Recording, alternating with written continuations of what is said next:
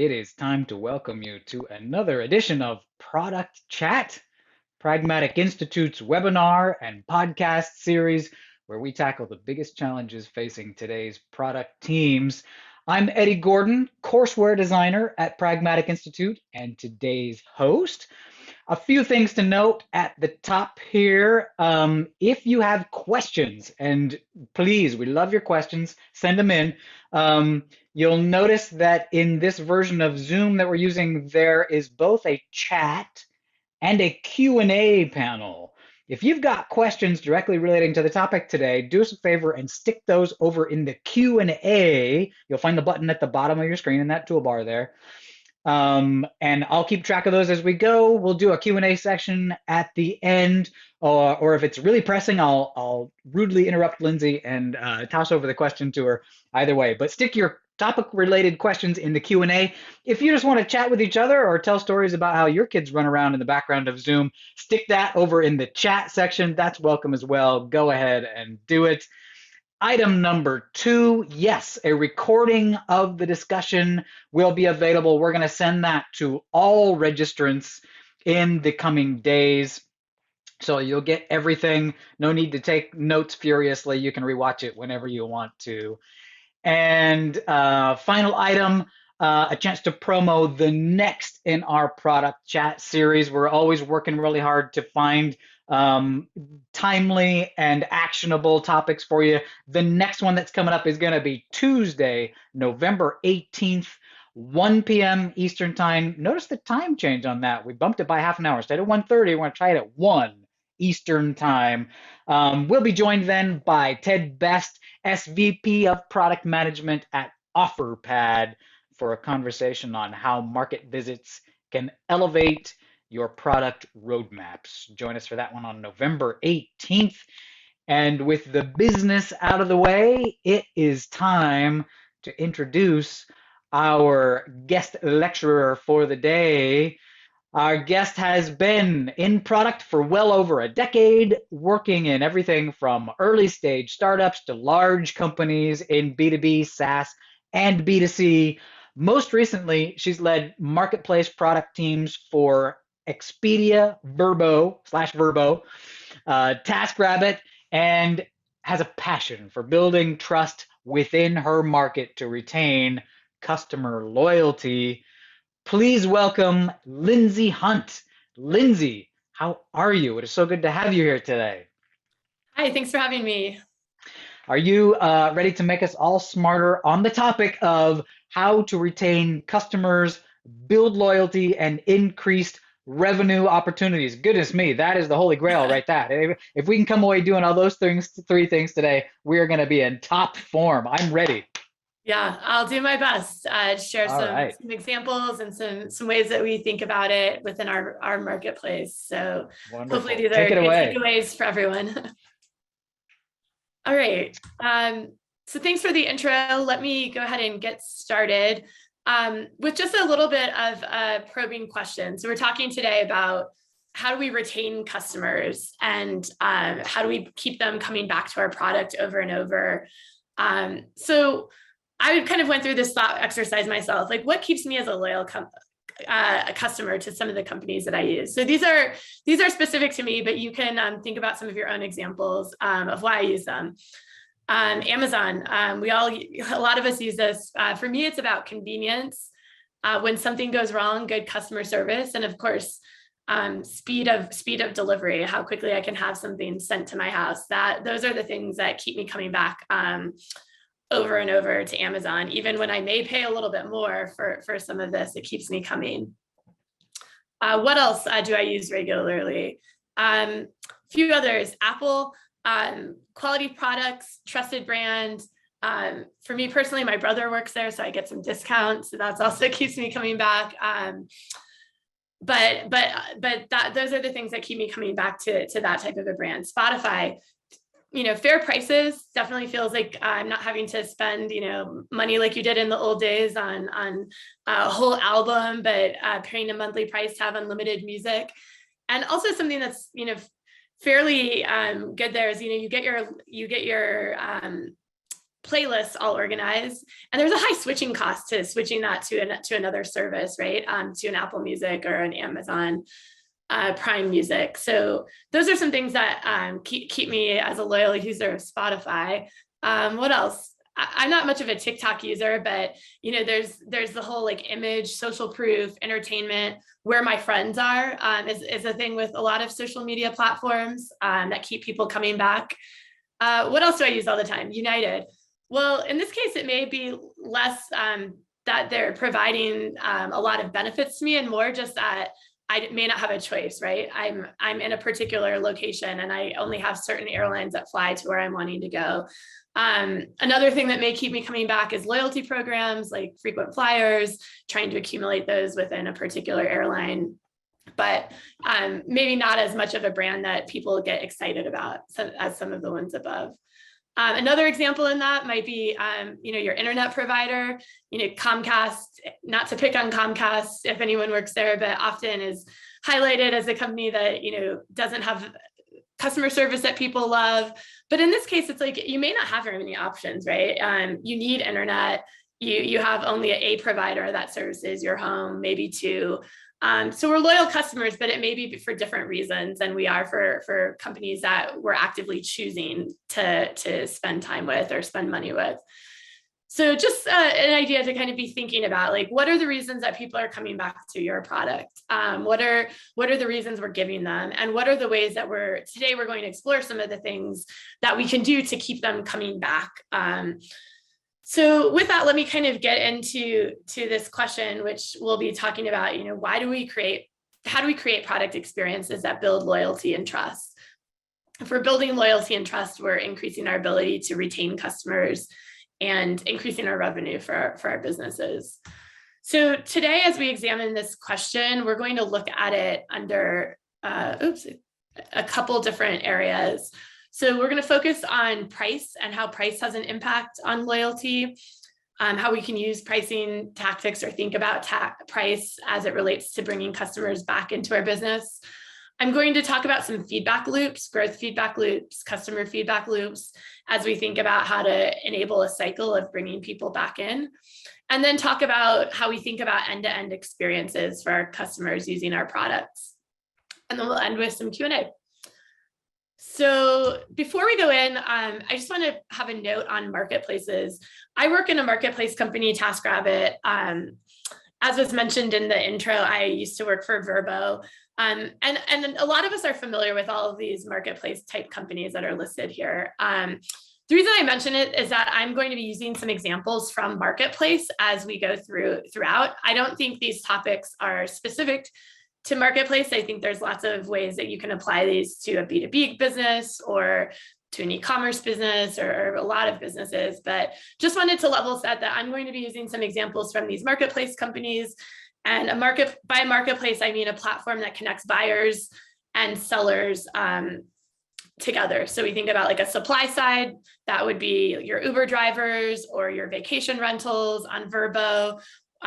With the consumer side, those are the people who are actually going onto the platform and booking those services. So I just want to make sure we all kind of are on the same page about what a marketplace is, since those are some of the examples that I'm going to be using. All right, so let's start off thinking about price. And I think it's important to think about price along with frequency of use. And this depends on what your product is, what you're selling, and how often you have your users using it. Because customer retention metrics and tactics may vary depending on how often it's reasonable to expect a customer to return. So for example, in some higher price transactions, like if we look at this upper quadrant right here, Airbnb and Vrbo, you may spend quite a bit of money if you're booking 1, maybe 2 vacations a year for a week or so. But it's not going to be necessarily something that you're seeing a high frequency of people coming back and interacting and purchasing every day or every week for this. Even for really frequent travelers, it may be once or twice a month, but not a daily or weekly type of purchase. And so the way we think about retention and bringing people back in this type of an environment is going to be really different than like a DoorDash or an Uber, where you actually can expect people to be coming back on a regular basis for a lower price transaction. So when we look at this upper quadrant, low frequency, high price, there tend to be lots of competitors in these types of environments because they're high margin transactions due to the price. And additionally, there's sometimes incentives for customers to move off platform. So an example of like an Airbnb or a Vrbo, like why should I go through the platform and book where I incur fees versus going direct to the vacation owner? And so we need to think about what benefits we're providing in this world to bring customers back to our platform over and over again versus going direct.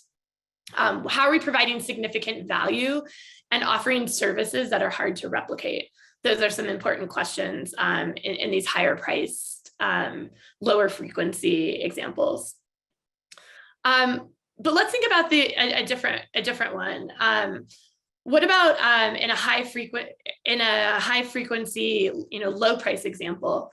Here's another example where we might see a variety of competitors, but we need to think about what brings people to us versus our competitors. So things like incentives and loyalty programs can keep people coming back for these high frequency transactions. But really, we need to think about how we're being efficient with our technology. How we're enabling low-cost customer acquisition, how we're helping customers discover what they're looking for, how we remove friction when it comes to bringing people through the process, because those are things that are going to enable us to continue to grow our user base and bring people coming back. We need to think about like matching solutions, low touch customer support, and then growth and feedback loops, which we'll talk about a little bit later, that keep customers coming back without us having to pay large amounts to acquire customers. Because the price is lower, it means that our margins are probably lower on a transaction fee versus some higher priced alternatives. And so where you might be able to pay more to acquire customers for a higher price transaction, that may not be an option when you're trying to grow in a lower priced product.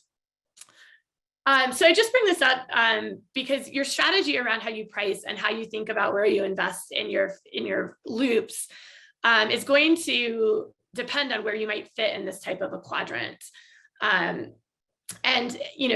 I think that though I'm showing a lot of marketplace examples here, you can think about this with a lot of different products, right? If you're a B2B company, are you a company that's, where customers are coming back and using your product over and over again? How frequent is your renewal cycle? How frequently are purchase decisions being made? You can think about how that might apply in different contexts with this type of a framework. So let's dig in on price a little bit more. And I've included this graphic that I borrowed from the Harvard Business School, which is the concept of a value stick. And the reason I use it is that I think it's a helpful way to think about how we set our prices and how we think about our customers and our suppliers when we're setting our prices to encourage loyalty. And so let me just walk you through kind of the terms in this, and then we'll look through some examples for how you might increase your own company's margin, your revenue, as we think about different pricing strategies. So at the top, this WTP stands for willingness to pay. That's the customer's willingness to pay, how much, the highest that they would be willing to pay for your good or service. And then the price is what you're actually charging to the customer. So the difference between what you're charging and what they might be willing to pay, we're defining in this example as customer delight, because in this case, they're getting the good or service for a price that is lower than their willingness to pay. And then on the other side, you're seeing kind of the cost. This is the money that goes into producing your good or service. And so the difference between what you're charging customers and what you have to pay for it is your company or your firm's margin. And then on the other side, we think about a supplier's willingness to sell. So this may be the inputs that go into you producing a product. It may be, in the case of a marketplace company, it would be the willingness for how low you're willing to price your own good or service. So for TaskRabbit, we have people who come to your home to do chores, and our taskers set their own hourly rates. And so that rate is that we charge as the cost, but they may be willing to go kind of lower. And they may say, I'm not willing to do this job for anything less than $50 an hour. That would be their willingness to sell. And the difference between the cost and the willingness to sell is the value you're providing to a supplier or your supplier's surplus. And so when we think about how we improve our margin on what we're making on a transaction, there's kind of two options. One is we can adjust where cost and price fall on the stick. And the other is we can increase the length of the stick to provide more value to everyone. So let's talk through what some of those examples might look like.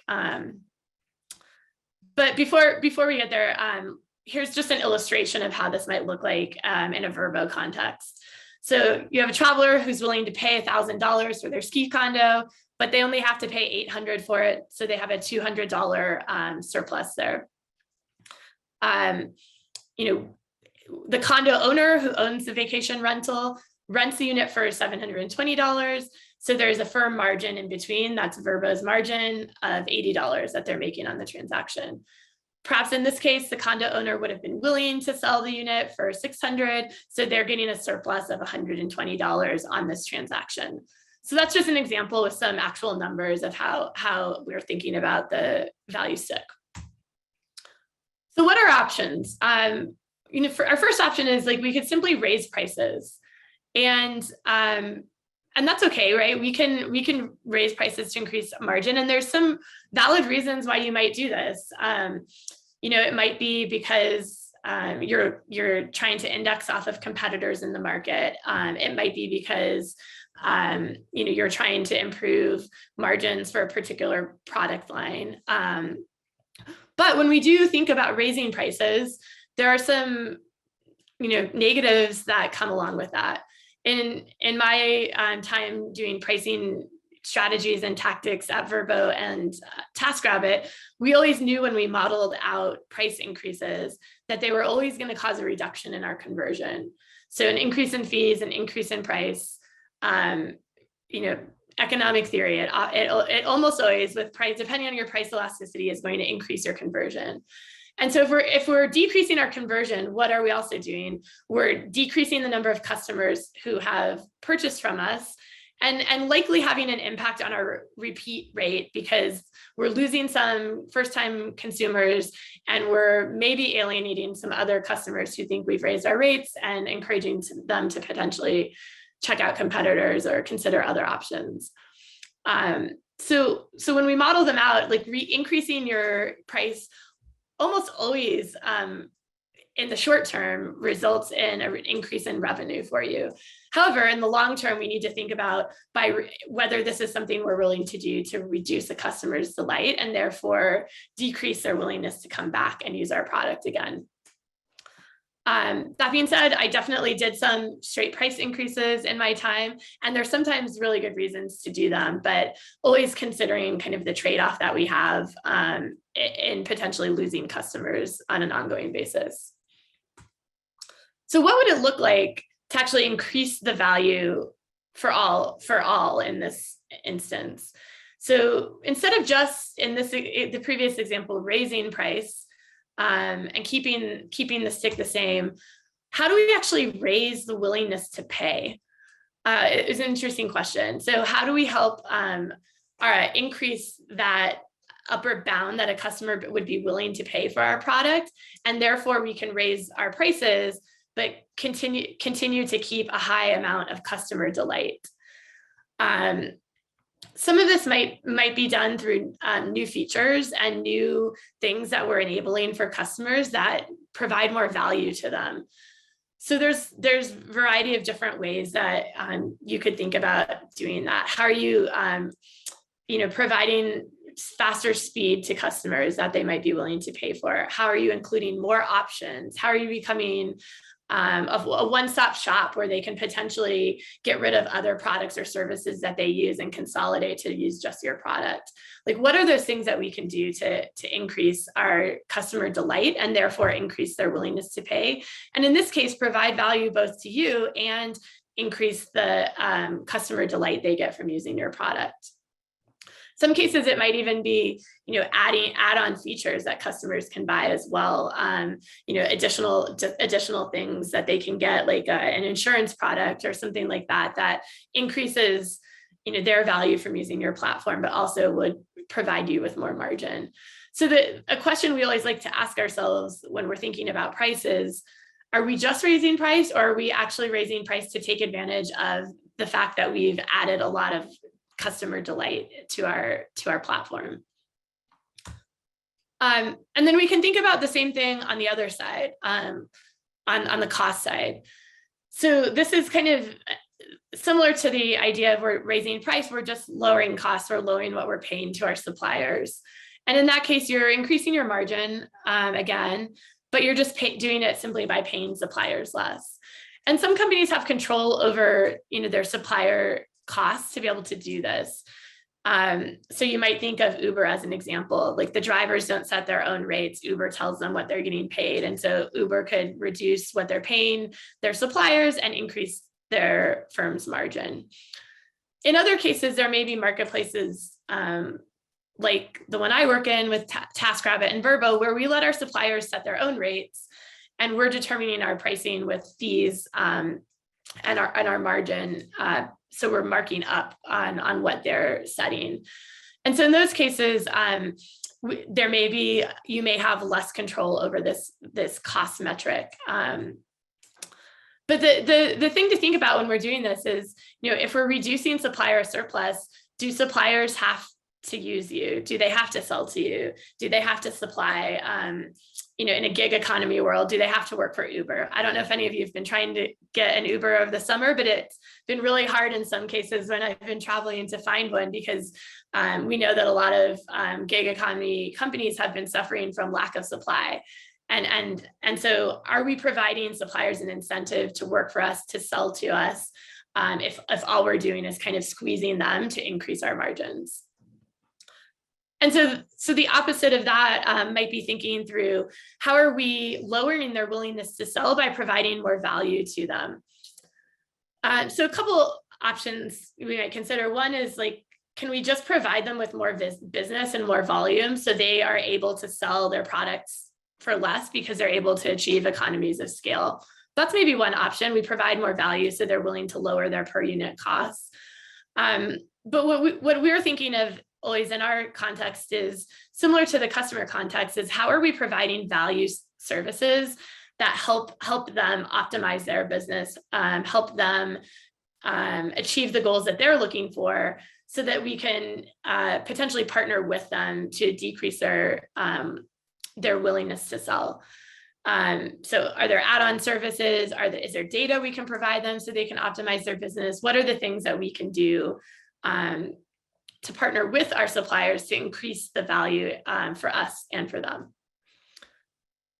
And so these are just some ideas, some kind of thoughts around price, about how we think about optimizing, because ultimately when we're thinking about the value stick, we don't really have a company if we don't have customers and if we don't have suppliers. And so we need to think about these solutions and how we achieve and release product that increases value for all, not just for us, because in the long term, alienating customers by only raising prices or suppliers by squeezing on margins will impact your ability to retain customers and bring them back to your product over and over. All right, so let's move on to the idea of growth loops and feedback loops. This hits at, when you think back to the 2x2 matrix I showed, some of the ideas around how we think about frequency of use and how we think about optimizing our product experiences to bring customers back to our product over and over. So feedback loops are used in a variety of contexts. In this instance, I'm using it as mechanisms that we think about having in our product to get positive and negative feedback that can immediately kind of be fed back into our product process. And it forces you to kind of answer when you're thinking about this in terms of growing your product and retaining users. How does one cohort of users that we have, either on the buyer side or the supplier side, help lead to another cohort of users? So how are we thinking about using the existing people we're bringing in to our process to help us grow our business, and then also bringing those people back into the business again? Traditionally, like a lot of people think about customer acquisition and growth in terms of a funnel. So how do we bring people in and then keep moving them down to the point of purchase? But in this case, we're kind of flipping that a little bit to think about, how do we reinvest the output of one cycle of this loop into the next cycle to create compounding effects that are more sustainable than simply just throwing people into the top of funnel and kind of optimizing conversion of each step. And the nice thing about loops is that they also kind of combine our product, our channel strategy, and our monetization models all together to work together instead of thinking of each of those in a silo by itself. So let me talk through what I mean. Let's start with the Vrbo example for a buyer flow. So an example might be you have a customer who comes on and they book a vacation rental. But they're using this with their friends and family. They're going on a trip. And so they have the ability to invite friends to their reservation to get the details about the property. And so now, though these people who were invited as friends or family didn't actually make the booking, we now have these people within our kind of product cycle. They're getting familiar with the product. They're using the product for certain things. And so it allows Vrbo then to acquire that group of people as a new customer who then are booking customers the next time and kind of repeating that cycle. So how are the ways that we take an existing customer and get them in our cycle to invite other people to join to use the product in different ways that then helps the company to acquire a customer? You might think about sharing content, sharing posts, sharing articles, all of these different ways that we can get our existing customers to help us reach new types of customer cohorts and bring those people into our cycle. And the same can work on the supplier side. If we have somebody in our TaskRabbit example of someone who enjoys working for TaskRabbit, is making money, they're able to refer a friend, and through that we acquire new supply and kind of continue the process to grow our network. So I encourage you to think about, like, what are the loops existing within your product? What are the ways that we can get customers coming back? What are the ways that one buyer flow might lead us into different types of segments and different type of buyer personas that we can pursue? And how do we think about enabling these so that we're not just throwing people in a top of funnel and kind of coming down with, a set of purchases at the end, but how do we think about these loops that compound and continue to grow without us investing in what can be sometimes really expensive customer acquisition strategies? There are a variety of types of these loops that you can probably think of. A lot of people who have studied these say that the fastest growing products are really powered by one or two very powerful loops, not like 10 to 12 low powered loops. And so one way to think about these is, how powerful is the loop? How many customers is it bringing in? How do we put data around this so that we can measure it? And then how can we make the loops more powerful with the product experiences that we're enabling? Apologies if people hear my dog barking in the background.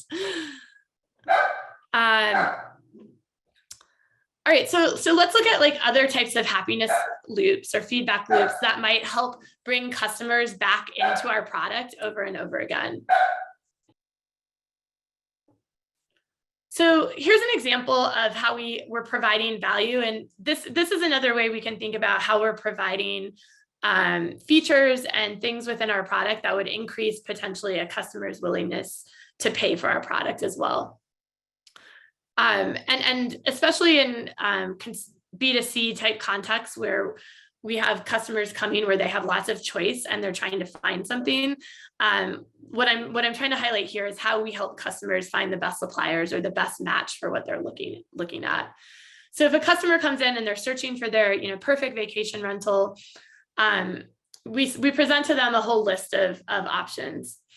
And in this instance, we're constantly optimizing search rankings and thinking about how we present the best match to an individual customer. So higher quality listings might rank higher because they convert a greater share of buyers. And so what we do is, we direct customers to the listings that we think are going to give them a great experience. Hopefully the customer has a great experience and they return because they're able to find that match through this process. And so what we're doing from a product standpoint is we're thinking about how are we providing value and match so that customers can easily and quickly discover what they're looking for and discover high quality inventory with our platform, and then bring them back into the experience because they've had that great experience with the brand. And so they're kind of coming back. And search is really only one example of that. There may be a lot of different examples from a product standpoint of what we can do to provide value for customers and keeping them coming back. Sometimes I like to think about this is a perfect scenario where things go wrong, but where you build a lot of customer loyalty, maybe how you solve customers' problems when something doesn't go right. So in the example of an Airbnb or a Vrbo, what do they do when a guest gets a last minute cancellation? So they find their great property, but something goes wrong. And if the company can proactively solve that problem for them, though it was a bad experience, they might get a lot of loyalty because when something goes wrong, they feel like the customer has their back. And so what types of product experience can we build in when we think about what we're doing when things go wrong is another thing to consider. Let's look at another example. Let's think about reputation and what that means. So how do we help customers find quality within a marketplace when we don't control all of the aspects of the service that they're purchasing? So if a customer books a tasker to come to their house, let's say they book them to do a cleaning task for them, the customer has the opportunity to leave a review. And that review, what do we do with that review? It impacts a couple of things. One, it displays on the site so that we can show that to other customers as they're making decisions. But two, it impacts the reputation of the particular person that they booked or the product that they booked. And so, positive reviews, of course, will improve the reputation, and negative reviews will negatively affect that. And so then what do we do with that information? We put it back into the product so that we're thinking about how we convert more customers with better experiences. And then we take this information and we use it to improve our matching algorithms, our search algorithms, and reward those who are providing a really good experience. This allows us to help provide a good experience for the customer while not having full control over the product or this person that they're booking. So it puts incentives into the process, because if somebody's not providing a good service, if they're not providing a good product, those negative reviews will push them down, so they're not actually getting bookings. So it's in the best interest of the supplier to provide that good experience for a customer. And it enables kind of a healthy cycle where we're taking the feedback and we're continuing to put this feedback back into the product to provide better experiences for customers, to kind of continue bringing them back and fueling these happiness loops within our product. So how are we providing that good experience that drives them back? I think, how are we measuring it? What data do we have that helps empower this? And then how are we taking that data and feeding it back into enhancing the product experience in automated ways, data science algorithms and the like, so that we're enabling these loops to kind of continue to happen, to increase the benefits of our product, to increase the network, to increase what we're providing to the customer. This helps us to scale without degrading the experience by pushing buyers to good suppliers. And so just a few questions to think about, for your product. How are ways, when you think about happiness loops, what can we do to decrease friction in our products? How hard is it for customers to find what they're looking for? The thinking through that question might come up with examples or ideas for how we can improve customer experiences and bring them back into our products.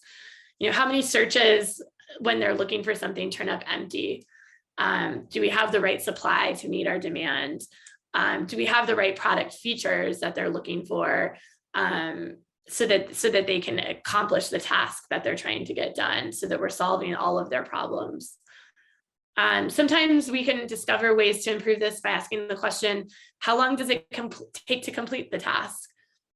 And I think this is something that's relevant to all types of products. If we're improving our customers' ability to complete tasks efficiently and solving their problems, we're increasing their happiness and bringing them back into the product over and over again. How does the customer feel about the value that they received? That goes back to that question of, are we increasing our customers' willingness to pay and adding value by the product experiences that we're building? Where are some areas where they didn't feel like they received good value? Where are the areas that they struggled? And then on the supplier side, I think we can also ask some of these questions for the supply, like how hard is it to onboard supply? How hard is it for our customers on the supply side as well? Where are their friction points? Where are their challenges? Are they getting value from what we're providing as well? And so there might be a lot of ways that this leads you, but ultimately, I just encourage everyone to kind of think about how we're thinking about these virtuous cycles that help us improve our product and keep bringing people back in to our products and services. And then finally, I just wanted to touch on kind of one more aspect, which is, we're, as product managers, we're very likely to think about the online experiences that we're building, right? That's what we're most of us probably building software products. Maybe some of us are building physical products as well, but we don't have control over the end-to-end experience always of what a customer is going through in their journey. And so when we think about optimizing for customer loyalty and happiness and bringing them back in, we need to kind of map out and think about what pieces are they doing within our software or our technology. And then what are the things that are happening offline that can have a very real and frustrating and negative effect, or on the opposite, a very positive effect that impact their willingness to come back. So I just put an example of searching for a vacation rental, because I think this is probably something a lot of us can relate to. And so the steps in the process are, you're searching for a rental, find the right listing, you book your listing. And maybe you communicate with the owner back and forth, either before booking or after booking. But these top four phases of booking can happen up to 60, 90 days before the customer is actually traveling to the place that they're going to be staying, these things that happen within your product. So we talked about some examples of how we might optimize for search and helping to find the right listing, and the booking process and the pricing kind of comes into play here. But then there's potentially a long time period that happens. And what's next is that the customer arrives at the property. And at this point, the technology isn't at play as much. It may be in helping you kind of get into the property, but is the property clean? Is the host helpful? What are the different aspects of the experience that they're having in person away from our product? Because that has a very big impact and effect on whether the person is going to give a positive review and then kind of come back into this process and do it again. And the challenge here is that we don't control all of these pieces. If you're selling like an e-commerce product or a physical product, we may not control the delivery. We may not control how it arrives from a carrier as it's shipped to your consumer. We may not have control over all of the pieces of a customer using like an integration where there's other external APIs integrated into our products. And so I think it's important when we think about how we're thinking about the end-to-end experience, to think about what are the pieces we can control. And that's where we can focus on our pricing and our happiness loops. And then for the pieces that we don't control, how can we incentivize the right actions from customers and suppliers to help ensure that we can't ensure 100%, like help encourage better outcomes in those pieces that we aren't in control over? And what can we use in our product to incentivize those actions? In the case that I had shared previously, where a customer reviews a stay, if those reviews are therefore, coming back into our product and impacting an owner's ability to get future listings, that's a really strong incentive for them to provide a great experience, because if they don't, they're probably not going to get a lot of extra reviews. There's also things you can do where you can kind of have an elite program or give incentives with monetary or otherwise to customers who are kind of the top of the top. So giving them something to shoot for that encourages them towards the outcomes that we're trying to give to our customers. And then the last piece, which I kind of mentioned previously, but how do you help customers when something goes wrong? So knowing that you don't have full control over every aspect, how do you provide the customer support, the automated support, to help customers when something goes wrong, to encourage them to kind of come back into the experience? So I think these are things that sometimes can be forgotten because they may not always be enabled with technology, but we try to think in our business about how we digitize or get data on some of these offline behaviors that we can then feed back into the product in order to guarantee better outcomes for our customers and bring them coming back. Because you can imagine if you have one of these really terrible experiences and the company isn't proactive in helping you resolve it, that's probably a lost customer and a lost you're losing loyalty if we're not thinking about their entire journey and how we provide a great outcome for them. So let me just recap with what we've talked about today, and then we'll open it up for some Q&A. So some key takeaways. Your company's pricing strategy and frequency of use affects how you think about using product features to improve retention. It affects the data and what you're shooting for there. And in some cases, can channel you towards different ways of thinking about bringing customers back, depending on how frequent you can expect them to use the product, how often you can expect them to pay for it. Price can be a powerful lever to improve revenue, but impacting price can have long-term effects on customer retention if we're not careful about how we use that lever. And then feedback loops help drive customer retention by providing product experience that can continue to bring customers back into our products again and again. Thinking about the customer's end-to-end journey and how we provide great experience for them helps us provide that additional value to them, and then gives us more leverage from a pricing perspective as to how we extract value from the marketplace for our companies as we think about growing revenue. So those are some takeaways, and with that, I'll go ahead and turn it over to Q&A. Brilliant, Lindsay. Thank you so much. Good job. Yes, take a drink, take a breath. Tell the puppy to calm down if you need to. Wasn't distracting at all. We all have dogs in the background. That's okay. That's good. I think he's probably more distracting to me than to others, but sometimes it's always that way. We barely noticed. We do have some questions coming in the chat. Folks, if you've got some that you'd like me to toss over, stick them over there in the Q&A. I'll keep an eye on those as I toss these over to Lindsay. But I think I will start with this one. Lindsay, is there anything to say about the quality of customers that are brought in by referrals? Or in the case that you talked about, these were, other guests that were staying that hadn't made the reservation, but they were also staying, so you get their contact info as well. Is there any discussion to be had about the quality of that type of referral and contact? And do you segregate those at all, or you just can throw them all into the same pot and send the same emails to everybody? Yeah, I think that's a great question. I think when someone comes through a referral or comes through a different channel where they haven't purchased from you, I think we do need to think about different messaging and different ways that we reach out to them, right? And so I don't think they are treated quite the same as somebody who may come through one of our other channels, but in some ways they're like, we would think of them as like warm leads, right? They know who the brand is. They've used the product a little bit. They've had some experience with it. And so how can we say like, hey, we know you went on this trip with your, this group. Have you considered us for your next vacation? Have you considered us for this upcoming holiday that's coming up, or a spring break trip, or what have you? So we assume a higher level of knowledge with that, and consider them like a bit of a warmer lead than somebody who may come in through like a traditional funnel that the marketing team is kind of bringing in.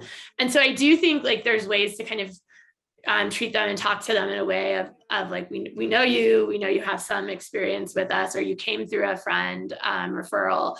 And in some cases, maybe even providing, like we would think about providing incentives or promotions for those types of users. If we aren't paying to acquire them through, a paid channel, we have more ability to kind of offer some incentives to bring those people in. And so there's other tactics we can use with those types of customers. So I do think it kind of depends a little bit on the experience, but it does warrant thinking about who those cohorts are, and even thinking about like where they came in. So you may have multiple ways for people to kind of be referred into the product, and depending on how they came in, we may treat those as different cohorts and think about talking to them in different ways. Mm-hmm. Good. I'm just watching the clock, everybody, and I realize we're at our 45-minute mark. If you need to jump off to another meeting, of course, we understand that. But Lindsay, do you have another few minutes? Because we've got some good questions coming in, Yeah, I'm happy to and I stay and want answer to them. address what we can. Okay. Yeah, Okay, okay. good. And then, of course, folks, if you do have to jump off, we're going to send you a recording to everybody that was registered today, so you won't miss out. You'll get to watch it as many times as you want, at your leisure, as they say. But here you go, Lindsay. Here's another one. This one came in from Harry, who asks, presumably there are multiple potential feedback loops possible for any given product. How do you identify and prioritize and test the feedback loop that will work best for your firm or your product? And then Harry also asked, can you provide an example of virtuous loops that have worked well for B2B business growing? So two parts to that question there. How do you Yeah. settle on the best one, and then a B2B example, if you could? Yeah, I think it's an interesting question, because we do, you may have many loops, and some are going to be more powerful than others. So in terms of prioritization, like, one thing that we think about is like, what loops already exist? Like, do we have any existing loops, and can we put some data around how those are performing? Instead of we can certainly create new loops with new product features, but for us, the prioritization of which ones we think are going to be the most impactful, one comes from starting with any internal data we may have that kind of indicates which ones are successful today, and which ones are bringing in the right types of customers. And then two, through customer discovery. And so talking to our customers and understanding the things that are working for them and the things that aren't. So it's a little bit of a combination of those two, but ultimately it's a test and learn process, because we can't always figure it out through our discovery. We try to minimize the risk with our discovery through our data and through talking to customers, and then think about how quickly we can iterate and test on these ideas to see how effective they are, and then continue to iterate on the ones that are working well to develop their power. And so that's kind of our process. A B2B loop, you'll have to let me think for a second, because it's been a hot minute since I've worked in the B2B world, though I have in the past. I think, it a little bit depends on the industry, but I worked in a company, a startup company that was in the mortgage space, and we were essentially building a software for mortgage brokers to use with their borrowers as they were going throughout the loan process. And so it was a little bit of a B2B to C process, we Hmm. were selling to the loan providers.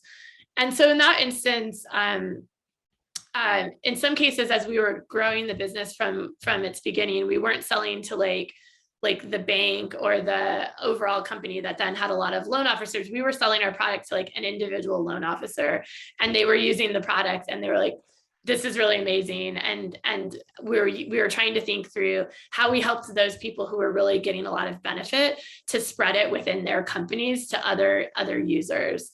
And in some cases, the company had made a decision and said, we bought this technology for you to use, and we were seeing really low adoption across the different users. And so the question we were considering in that case wasn't as much of a purchase decision, but how do we increase adoption with all of the agents within a company? Because if they're not adopting it, they're probably not going to be renewing and be ongoing customers that are coming back and paying our SaaS Sure. fees. And so in those cases, it was a little bit more about retention, and getting the retention was more about activation. And so we were thinking, how do we use the active users that we do have to bring their colleagues and others into the platform? And so those were some of the questions that we were thinking through in that B2B context, which is a little different.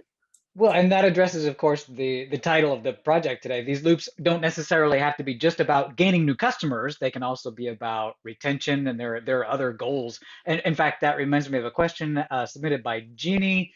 Can you provide examples of high converting loops? What are the features that are intrinsic to powerful loops? It's not just about bringing in customers. What are some of the other telltale signs of a loop that is working well? Yeah, that's a great question. I think um, loops that are working well, and these metrics will depend on the type of business you have, but Yeah. like what is the repeat rate of customers either buying or coming back to use your app? Are they daily active users, weekly active users? Those types of things will indicate to you kind of whether your app has the power of people coming back to use it over and over again.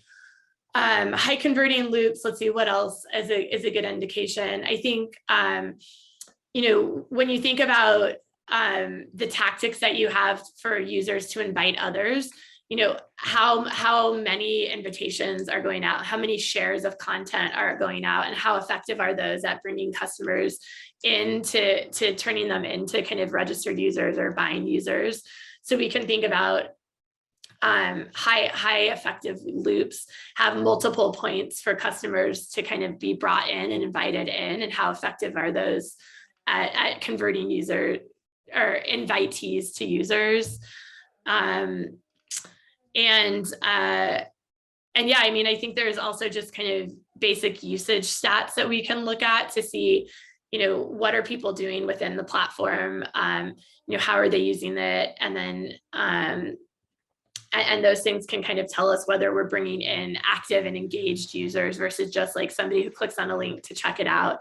Like, are they actually becoming kind of power users of the B2B app, or frequent users of B2C type apps? And those are some characteristics of high converting loops. The follow-up from Ginny in the chat says, are you saying that the loops are based on KPIs one defines when building the service or product? Yeah, a lot of There's a times for connection sure. there. Like we think about how we're defining the metrics, because I didn't put any metrics around these loops, but those are in the examples, but they're super important for how we think about, are they effective and are they doing what we want them to be doing? So I think each of those steps, as you think about loops, can have their own metrics for us to understand, like, how effective are we at getting people through each step of the process, but ultimately, what are we trying to do with them?